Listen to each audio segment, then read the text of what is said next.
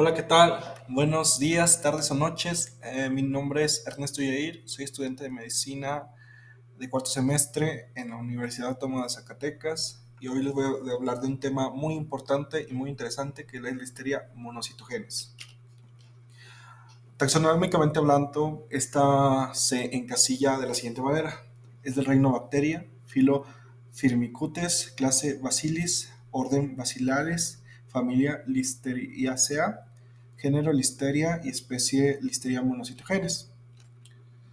Principalmente, ¿qué es la Listeria monocitogenes? Pues es un bacilo gram positivo con algunas características bacteriológicas que se asemejan tanto a las corinebacterias como a los estreptococos.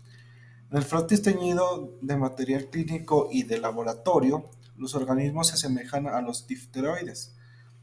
Listeria no son difíciles de desarrollar en cultivos y producen pequeñas colonias beta-hemolíticas con agar sangre. Esta especie es capaz de crecer lentamente en el frío, incluso a temperaturas de 1 grado centígrado. Las especies de Listeria son catalasa positivas. Esta enzima protege a las bacterias de una destrucción dependiente de oxígeno en las células fagocíticas, lo que la distingue de los estreptococos, y producen una motilidad de volteretas en medio de líquidos a temperaturas menores a los 30 grados centígrados, que las distingue de las corinebacterias. Bueno, hablando de características generales, el género Listeria comprende alrededor de 19 especies. Solo Listeria monocitogenes se considera un patógeno humano. Se encuentra ampliamente distribuido en el medio ambiente y se ha aislado del suelo, el agua, vegetación y productos animales, como leche cruda, quesos, aves, carnes procesadas, crustáceos, moscas y garrapatas. La Listeria monocitogenes causa enfermedades en muchas especies de animales salvajes y domésticos, como en ovejas, vacas, cerdos, caballos, perros, gatos, roedores, aves y peces. Puede aislarse en portadores asintomáticos, como en humanos y animales. Aquí vemos una imagen característica donde vemos un gato que, un gato que puede infectar al humano por materia fecal, está en vegetales sin lavar y bueno, posteriormente también se puede infectar el humano en carnes que no estén bien procesadas. La Listeria monocitogenes causa listeriosis, que se reconoce como una infección poco común pero grave, principalmente en neonatos, mujeres embarazadas, adultos mayores y huéspedes inmunodeprimidos.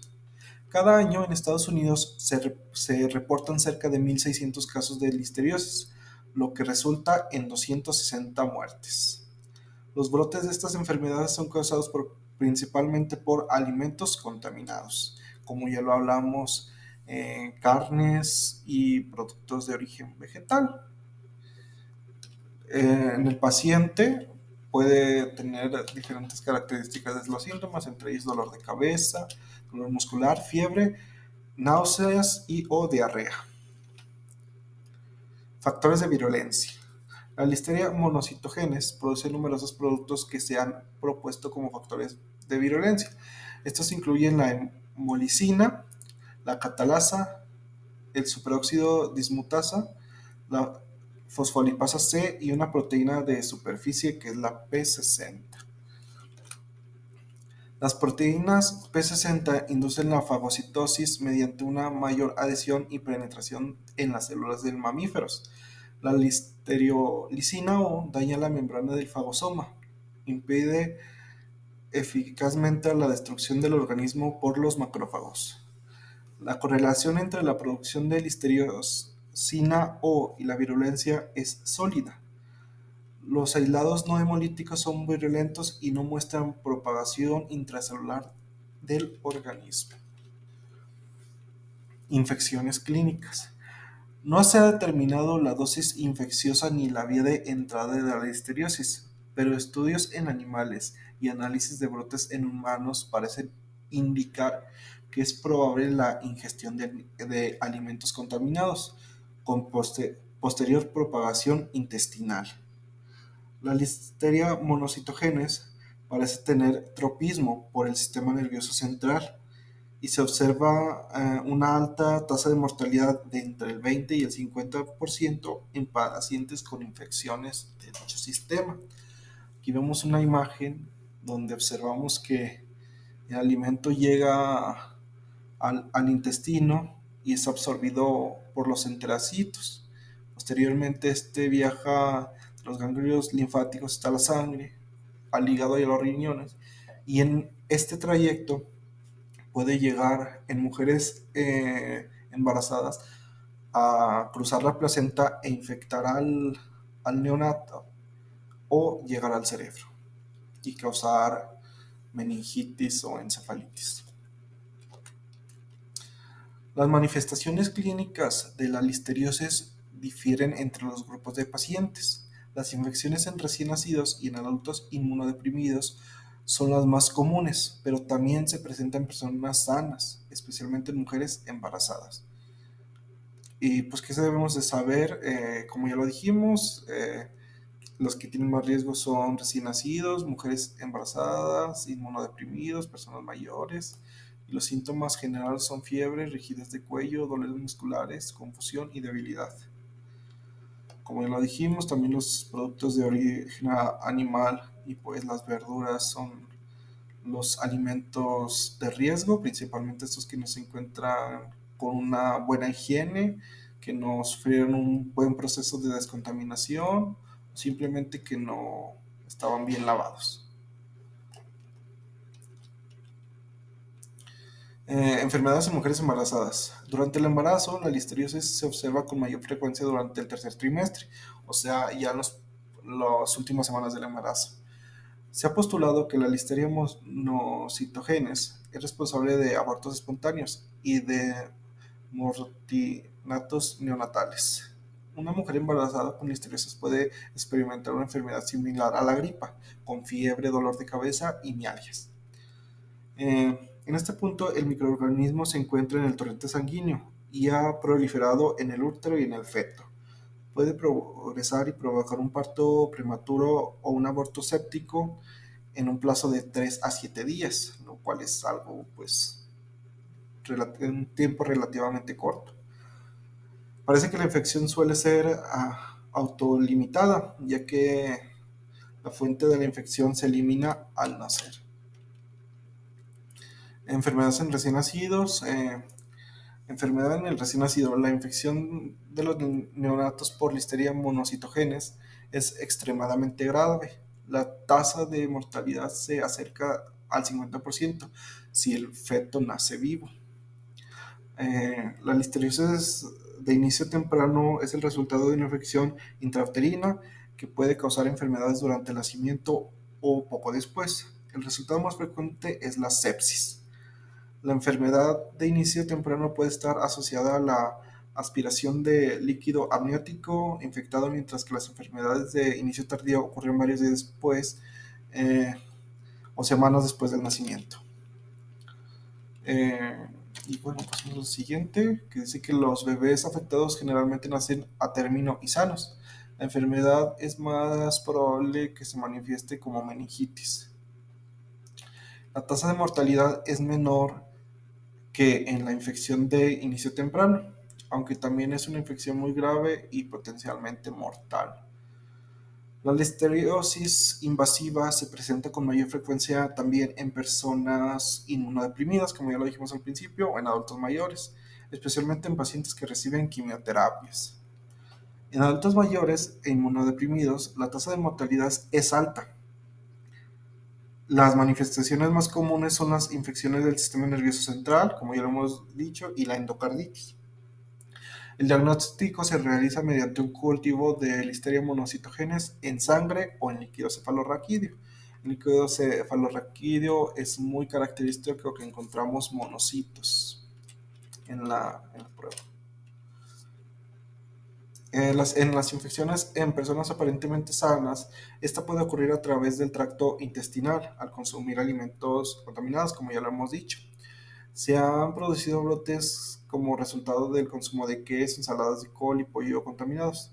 El helado, los hot dogs y las fimbres contaminadas han servido como vehículos de esta enfermedad transmitida por los alimentos. Incluso hubo casos muy importantes de esta enfermedad eh, que, fue, que fue diseminada por el consumo de melón en Estados Unidos.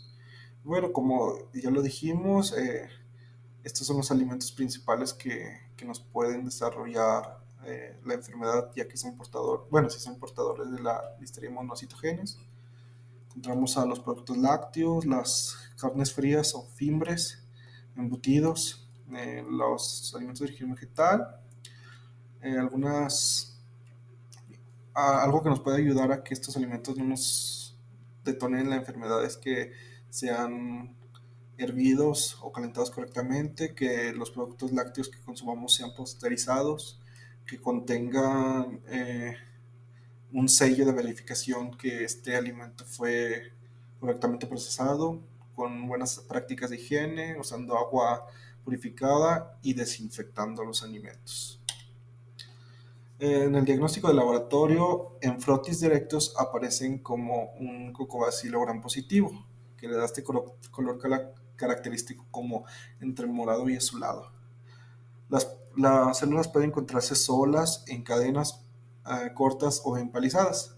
Aquí en la imagen de su lado izquierdo encontramos estos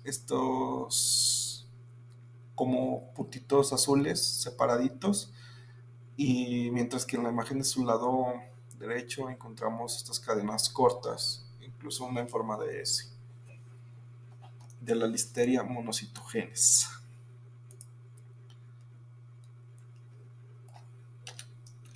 Características del cultivo. Crecen bien en agar SBA y agar chocolate, así como en agares nutritivos y en caldos, como el medio de infusión cerebro-corazón y el caldo tioglicolato. Las colonias son pequeñas, redondas, lisas y translúcidas. Están rodeadas por una estrecha zona de beta-hemólisis que solo se puede visualizar si se extrae la colonia. La temperatura óptima de los cultivos es de 30 a 35 grados centígrados, como lo dijimos anteriormente. Estas pueden crecer en temperaturas incluso bajas de 1 grado centígrado, lo que les permite mantenerse vivas, aunque los alimentos los coloquemos en refrigeradores. Pero una temperatura óptima de su cultivación es de 30 a 35 grados. Bueno, como ya lo hemos dicho, la listeriosis, o sea, como ya como tal como enfermedad, se ingiere en productos lácteos y en cárnicos. Invade a través de la mucosa intestinal, entre los enterocitos, y produce bacteremia. Es posible que el organismo se infiltre en otros sitios, en especial en el cerebro y en feto de mujeres embarazadas. Pero ¿cómo logra hacer esto esta bacteria? Pues mediante este proceso que sería el siguiente. La internalina de la Listeria monocitogenes media la fijación a un enterocito y se introduce mediante una vacuola endocítica. La listeriolizina O lisa la vacuola y el organismo escapa al interior del citoplasma. El citoesqueleto se modifica y los organismos se mueven a lo largo de la fibra por medio de polimerización de actina. A este proceso se le llama cola de cometa para invadir células adyacentes. Ahora la listeria ha ingresado a otras células dentro de una vacuola doble que, de nuevo, lisa por medio de la listeriolizina O. El proceso continúa con el escape de la submucosa e invasión del torrente sanguíneo. Aquí observamos la famosa cola de cometa en la imagen inferior, y pues en la imagen superior vemos posteriormente cómo la listeria monocitogenes se dirige al torrente sanguíneo. La inmunidad a esta infección. ¿Qué sucede en este caso? Bueno, la inmunidad a la infección por listeria debe poco a los mecanismos humorales y mucho a los mecanismos mediados por células. Se requiere la generación de subconjuntos específicamente específicos de linfocitos T, CD4 y CD8 para la resolución de la infección y el establecimiento de una protección duradera. Los neutrófilos representan un papel en las etapas iniciales al lisar las células infectadas por listeria, pero es la activación de citocinas lo que revierte el crecimiento intracelular en los macrófagos. La importancia de la inmunidad celular se enfatiza en la mayor frecuencia de listeriosis en personas en que ésta se encuentra comprometidas a causa de enfermedades como el SIDA, terapias inmunosupresoras, en la edad como en adultos mayores y en mujeres embarazadas. Las manifestaciones clínicas las hemos abordado a lo largo de esta presentación, pero por lo general la listeriosis no presenta manifestaciones clínicas hasta que existe una infección diseminada. En el caso de brotes por alimentos, en ocasiones se presentan manifestaciones gastrointestinales, propiamente dichas, de infecciones primarias tales como son náuseas, dolor abdominal, vómito, diarrea y fiebre. Normalmente las infecciones diseminadas en adultos permanecen ocultas e implican fiebre, malestar y síntomas constitucionales sin enfoque evidente. Ahora, la listeria monocitogenes tiene un tropismo para el sistema nervioso central, incluyendo el parénquima cerebral, como ya dijimos, la encefalitis y el tronco encefálico, pero la meningitis que ocasiona no es clínicamente diferente de aquellas asociadas en otros patógenos bacterianos principales. La meningitis por listeria sí tiene una tasa de mortalidad prácticamente elevada y la meningitis provocada por esta bacteria es la tercera causa de meningitis en personas. El diagnóstico. El diagnóstico de la listeriosis se realiza mediante un cultivo de sangre, líquido cefalorraquídeo o lesiones focales. En la meningitis, la tinción de Gram suele ser positivas. Con frecuencia, la primera indicación de la listeria está involucrada en el descubrimiento de que las colonias beta-hemolíticas subcultivadas a partir de un cultivo de sangre son bacilos gram positivos en lugar de estreptococos. Aquí observamos las principales técnicas, aquí un agar, sangre o chocolate, podría ser, nutritivo, y una prueba en una punción lumbar para obtener el líquido cefalorraquídeo. El tratamiento.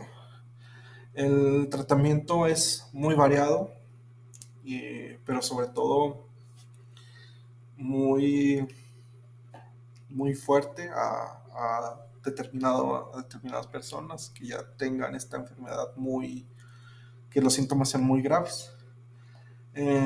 Bueno, la listeria monocitogenes es susceptible a la penicilina G, ampicilina, trimetoprima y la sulfamethoxazol,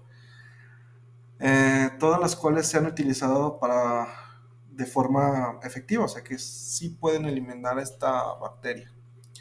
La ampicilina, en combinación con gentamicina, se considera el tratamiento de elección para casos fulminantes y para pacientes con un grave compromiso de la función de los linfocitos T. Algo que también nos puede servir para tratar esta enfermedad es preveniéndola. Y pues, ¿cómo podemos prevenirla? Pues una intensa vigilancia para evitar la venta de productos cárnicos listos para comerse contaminados con listeria ha conducido a una disminución marcada en el índice de infección de esta enfermedad.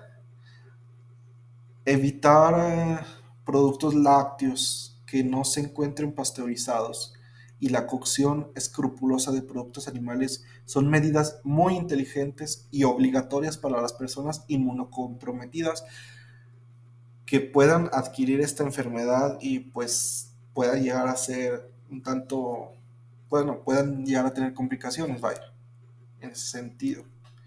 Y pues también cabe aclarar que pues no existe una vacuna disponible para esta enfermedad. Bueno, eso sería todo de mi parte. Muchas gracias. Espero haya sido de su ayuda, hayan entendido algo y pues no queda más que desearles bonita tarde, bonito día, bonitas noches y nos estaremos viendo muy pronto. Muchas gracias.